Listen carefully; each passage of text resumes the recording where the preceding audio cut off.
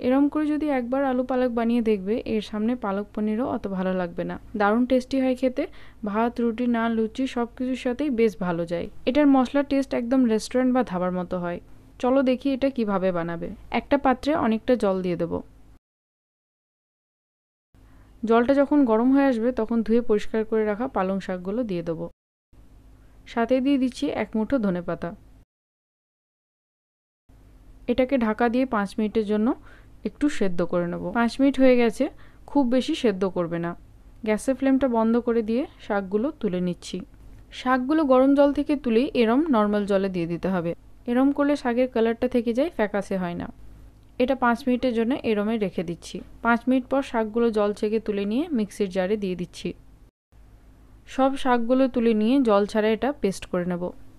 দেখো এরম স্মুথ করে পেস্ট করে নিলাম। এইবার একটা পাত্রে 4 চা চামচ পরিমাণে তেল দিয়ে দিচ্ছি। তেলটা গরম হয়ে এলে এরম টুকরো করে কেটে রাখা আলু দিয়ে দেব। মাঝারি আঁচে আলুগুলোকে হালকা লালচে করে ভেজে নিতে হবে।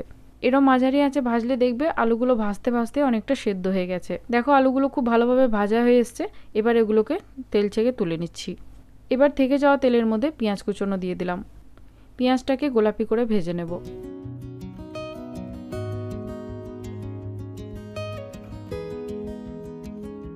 এই পর্যায়ে অবধি পেঁয়াজগুলো ভাজা হয়ে আসলে 2 চা চামচ পরিমাণে আদা ও রসুনের পেস্ট দিয়ে দেবো।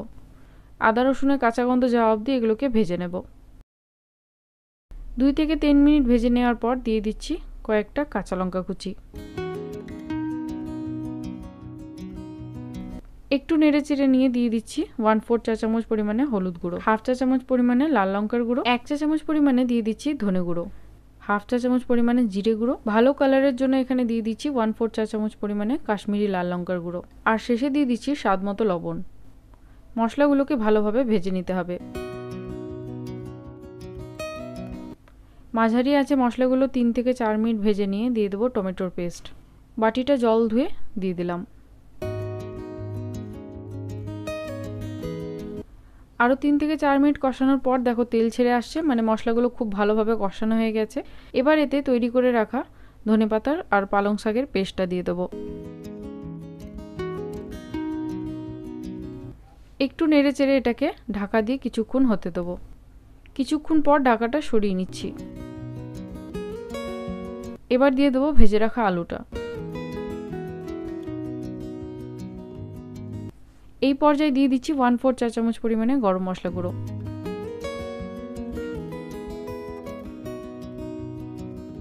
পাঁচ ছ মিনিট কষিয়ে নিয়ে 1/4 কাপ পরিমাণে জল গরম দিয়ে দিচ্ছি। জলটাকে ভালো করে মিশিয়ে নিয়ে এটা ঢাকা দিয়ে দেবো। ঢাকা দিয়ে এটা 5-7 মিনিটের জন্য হতে দেবো। 5-7 মিনিট পর ঢাকাটা সরিয়ে নিলাম।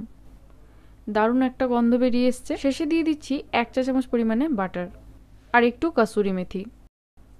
ভালো করে মিশিয়ে নিলেই তৈরি আলু পালক। দেখেই বুঝতে পারছো দারুণ খেতে হবে। একবার অবশ্যই বানিয়ে দেখো, এই রেসিপিটার প্রেমে পড়ে যাবে। ধন্যবাদ।